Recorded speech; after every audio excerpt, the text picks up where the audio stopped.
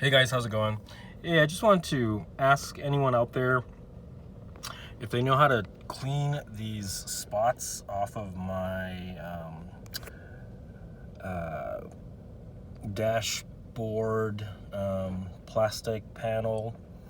Um, you can see there just these spots that I wiped them down with wet wipes, with Clorox wipes, for hand sanitizing stuff.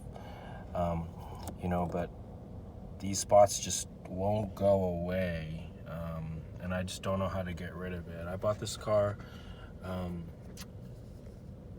secondhand, and I'm just trying to figure out like how to get these things off, and I just don't know what else to do.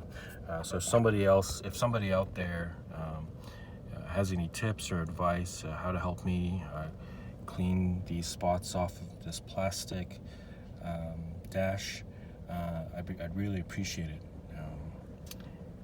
Yeah, thank you so much. I hope you have a great day.